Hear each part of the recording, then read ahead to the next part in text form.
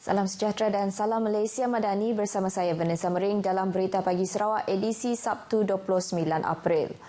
Kementerian Infrastruktur dan Pembangunan Pelabuhan Sarawak telah menerima 92 senarai cadangan projek infrastruktur melibatkan kos berjumlah 1.092 bilion ringgit. Timbalan Premier Sarawak Dato' Ahmad Douglas Ugambas berkata senarai tersebut dikemukakan kepada kementeriannya susulan keputusan Kerajaan Persekutuan sebelum ini bersetuju memberi kuasa kepada Sarawak dan Sabah melaksana projek bernilai bawah 50 juta ringgit.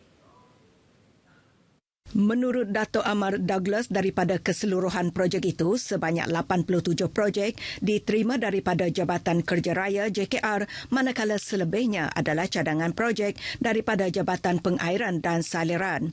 Kedua-dua jabatan itu juga telah diakui sebagai jabatan teknikal yang akan mengurus projek tanpa perlu merujuk kepada pejabat di Putrajaya. Ketika ini, JKR sedang merangka prosedur operasi standard bagi memastikan projek yang bakal dilaksanakan nanti dapat disiap dengan baik. Dato' Ahmad Douglas berpendapat amat penting bagi kedua-dua jabatan dapat melaksanakan projek berkenaan sebaik mungkin kerana Sarawak telah meminta kuasa tersebut berdasarkan arahan Perbendaharaan 182. Matlamat Kerajaan Negeri juga jelas iaitu untuk membuktikan Sarawak mempunyai keupayaan menguruskan projek yang diamanahkan. Ke arah itu, Kerajaan Negeri juga sedang membuat persiapan termasuk melihat keperluan tenaga kerja. Satu mesyuarat akan diadakan di Miri Selasa depan bagi mendapatkan maklum balas daripada semua yang terlibat. Dato' Ahmad Douglas berkata demikian di SPAO selepas menghadiri taklimat berkaitan projek pembangunan bagi kawasan Bukit Saban. Projek tebatan banjir di Debak akan disiapkan mengikut jadual sejurus isu tuntutan pampasan tanah selesai. Menurut Timbalan Menteri Pembangunan Wanita, Kanak-kanak dan Kesejahteraan Komuniti Sarawak, Muhammad Razi Sitam, tuntutan yang telah dirujuk kepada pihak Jabatan Tanah dan Survey itu kini dalam peringkat akhir. Muhammad Razi yang juga ahli Dewan Undangan Negeri Saribas menjelaskan pembayaran merupakan pampasan kepada pemilik tanah yang terlibat dengan pembinaan terusan lebih 1 kilometer untuk mengatasi banjir yang melibatkan 3 buah kampung iaitu Kampung Bunge, Kampung Babu dan Kampung Lalang yang terletak di sepanjang Sungai Saribas. Sekarang ini bila lepas ditender bila melibatkan pelaksanaan ada sedikit tuntutan daripada pihak landowner. Jadi kita dah bersemuka, dah bincang, LSB pun dah brief juga dan apa-apa perkara yang berkaitan daripada landowner kita bawa ke peringkat kerajaan untuk dipertimbangkan dan diluluskan . Dia berkata projek yang bernilai 30 juta ringgit tersebut telah diluluskan oleh Premier Sarawak pada 2020 dan dijangka siap dalam tempoh 18 bulan yang melibatkan pembinaan pintu air, parit dan terusan. Dia berkata demikian kepada RTM selepas program rakaman Randau YFM di RTM Sarawak di Kuching. Pada Mac lalu, ketiga-tiga kampung tersebut turut terjejas banjir yang memaksa seramai 213 penduduk daripada 51 buah rumah berpindah ke pusat pemindahan sementara. Jeti Sedaya di Kenawit perlu dibaiki dengan kadar segera bagi keselamatan orang ramai yang menggunakan laluan tersebut. Ahli Dewan Undangan Negeri Adun Ngemah Anyik Jana mahu Majlis Daerah Kenawit melakukan kerja-kerja pembaikan ke atas jeti tersebut. Anyi Jana memberitahu keadaan jeti yang uzur dan ia mendatangkan bahaya kepada pengguna jeti berkenaan sebelum projek pembinaan pangkalan feri Sedaya dilaksanakan. Beliau menjelaskan kerja-kerja pembinaan pangkalan feri Sedaya tersebut dijangka akan ditender selewat-lewatnya pada bulan November tahun ini. Katanya pembinaan pangkalan itu akan memendekkan tempoh masa perjalanan penduduk dari kawasan Jalan Nibong Tada ke Pekan Kanawit. Anyi memberitahu demikian ketika melakukan tinjauan ke jeti Sedaya bersama Majlis Daerah Kanawit baru-baru ini. Festival Muzik dan Tarian Rakyat Tanah Tinggi Sarawak di Long Bedian membuka tirainya pada Khamis di Dewan Serbaguna Long Bedian yang mendapat sambutan yang meriah. Ahli Dewan Undangan Negeri Adun Telang Usan Dennis Ngau menzahirkan penghargaan kepada pihak penganjur di atas penganjuran festival itu setelah ia tertangguh disebabkan pandemik COVID-19. Dennis Ngau memberitahu kerjasama semua pihak yang turut menyokong dalam menjayakan program pada kali ini amat dihargai. Sementara itu, semasa pembukaan festival tersebut, sebanyak 8 buah kumpulan telah membuat persembahan yang menampilkan pelbagai tarian serta muzik tradisional orang Ulu. Program turut diserikan dengan kehadiran artis tempatan yang turut menghibur para pengunjung yang hadir.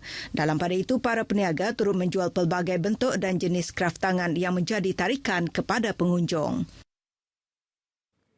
Angkatan Pertahanan Awam Malaysia APM Sarawak akan menggunakan pendekatan menubuhkan pasukan-pasukan komuniti di kawasan tidak ramai penduduk tetapi mempunyai risiko berlaku bencana. Pengarah APM Sarawak Abdul Wahab Rahim berkata pihaknya memberi penekanan di lokasi seperti itu kerana kawasan terbabit lazimnya terletak jauh dari perkhidmatan kecemasan. Abdul Wahab menjelaskan pihaknya mengenal pasti lebih 100 lokasi tumpuan yang akan diberi penekanan iaitu kawasan yang pernah berlakunya bencana seperti banjir, tanah runtuh atau kebakaran. Tambahnya pihak APM juga sentiasa mengemaskini lokasi baharu yang berisiko disebabkan pembangunan dan keadaan sekeliling. Kita memerlukan masyarakat itu terlibat secara aktif sebenarnya. Sebab dengan pendedahan kita kepada bagaimana untuk menangani bencana kecemasan apabila berlaku, sekurang-kurangnya tindakan awal itu dapat dilaksanakan mereka dulu sehingga mana pasukan bantuan yang daripada luar itu datang, APM ke agensi-agensi lain lah. Beliau berkata demikian selepas menyempurnakan Majlis Kenaikan Pangkat APM bahagian Sibu. Menurut Abdul Wahab lagi, walaupun kekuatan di peringkat komuniti tidak sebesar di peringkat bahagian, tetapi pasukan itu sekurang-kurangnya wujud dan bersedia untuk bertindak. Katanya strategi melatih dan membekalkan peralatan kepada sukarelawan tersebut walaupun akan menyebabkan pertambahan kos, namun ia praktikal untuk jangka masa panjang. Pada majlis itu, APM Sibu turut menerima 2 buah motosikal yang disumbangkan oleh individu untuk digunakan oleh pihaknya menjalankan penugasan anggota di sekitar Sibu. Di Mukah, seorang pesara kerajaan hilang wang simpanan berjumlah RM435,100 selepas diperdaya oleh pelaburan tidak wujud. Ketua Polis Daerah Mukah DSP Muhammad Rizal alias berkata mangsa merupakan lelaki berusia 68 tahun yang pada mulanya dimasukkan ke dalam sebuah kumpulan WhatsApp oleh individu yang memperkenalkan dirinya sebagai RE pada 8 Februari lalu. DSP Muhammad Rizal dalam satu kenyataan menjelaskan mangsa kemudian menerima satu pautan daripada suspek dan memuat naik dokumen skim pelaburan dalam format PDF. Tambahnya, mangsa yang tertarik dengan keuntungan ditawarkan bertindak membuat 15 transaksi pemindahan wang berjumlah RM435,100 ke nombor akaun bank berbeza antara 16 Mac hingga 13 April lepas. Bagaimanapun, pada 22 April lalu, mangsa telah dihubungi seorang peserta wanita skim itu yang memberitahu mangsa tidak boleh mengeluarkan keuntungan daripada pelaburan tersebut. Mangsa kemudiannya cuba mengeluarkan wang keuntungan berjumlah RM2,225 namun tidak berjaya. Mangsa kemudiannya mendapati nombor telefonnya telah disekat daripada kumpulan WhatsApp itu sehingga tampil membuat laporan polis meminta kes disiasat. Kes disiasat mengikut Seksyen 420 Kanun Kesesaan kerana menipu. Sementara itu di Bintulu, seorang lelaki tempatan berusia 28 tahun ditahan polis di kawasan Pasar Lama Bintulu kerana memiliki dadah. Ketua Polis Daerah Bintulu, Superintendent Bartholomew Umpit dalam kenyataan medianya berkata, semasa ditahan, suspek didapati memiliki dadah dengan berat kasar 5.4 gram. Superintendent Bartholomew memberitahu ujian saringan air kencing yang dijalankan ke atas suspek turut mendapati suspek positif mengambil dadah jenis metafetamin. Jelasnya hasil siasatan awal juga mendapati suspek mengaku bekalan dadah terbabit untuk dibekalkan kepada sekitar 50 penagih dadah di sekitar pasar lama itu. Dia berkata sekiranya disabit salah memiliki dadah, suspek akan dikenakan tindakan undang-undang di bawah Seksyen 39A-1 Akta Dadah Berbahaya ABD 1952 yang boleh dikenakan hukuman penjara tidak lebih 5 tahun berserta sebatan tidak kurang daripada 3 kali. Dalam masa sama, ujarnya, jika disabit kesalahan di bawah Seksyen 15 kurungan 1 ABD 1952, suspek turut berhadapan dengan denda tidak lebih RM5,000 atau penjara tidak lebih 2 tahun berserta diletakkan dalam tempoh pengawasan selama 2 tahun. Superintendent Bartolomeo menegaskan tangkapan tersebut merupakan salah satu usaha PDRM dalam menangani masalah penyalahgunaan dadah dalam kalangan masyarakat, termasuk mencegah jenayah lain yang berkaitan. Polis Padawan memohon bantuan orang ramai yang mengetahui atau melihat kes kemalangan maut yang berlaku di lampu isyarat Batu 11 Jalan Kuching Surian pada Selasa lepas untuk tampil membantu siasatan. Ibu Pejabat Polis Daerah IPD Padawan dalam hantaran di laman Facebook berkata mereka yang mengetahui atau melihat kejadian tersebut boleh menghubungi Pegawai Penyiasat Trafik Inspektor Kenistra Pierce di talian 014-982-8198 atau penolong Pegawai Penyiasat Trafik Hendrix Christopher Burr di talian 013-563-0098. Pihak Bahagian Siasatan dan Penguatkuasaan Trafik IPD Padawan masih mengesan sebuah kereta jenis Pro 2 Kelisa Gino berwarna merah dan sebuah kenderaan jenis Pro 2 Beza Sport berwarna putih berhubung kes terbabit. Kejadian yang berlaku kira-kira pukul 11.50 malam itu melibatkan sebuah kenderaan pacuan 4 roda dan sebuah kereta jenis Pro 2 Azia. Penumpang kereta berkenaan telah meninggal dunia ketika menerima rawatan di Hospital Umum Sarawak. Kes disiasat di bawah Seksyen 41-1 Akta Pengangkutan Jalan 1987.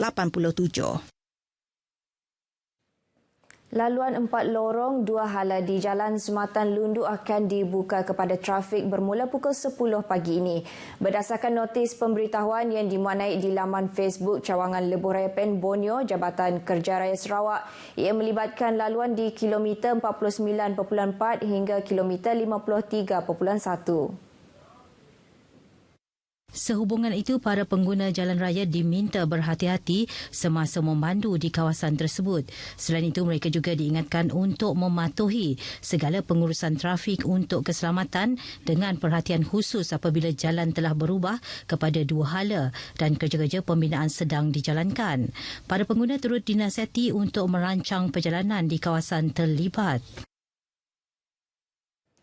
Paparan itu tadi mengakhiri Berita Pagi Sarawak edisi Sabtu 29 April. Dapatkan perkembangan sahih sepanjang masa melalui portal berita.rtm.gov.my. Terus ikuti Selamat Pagi Malaysia selepas ini. Salam hormat dan salam Malaysia Madani.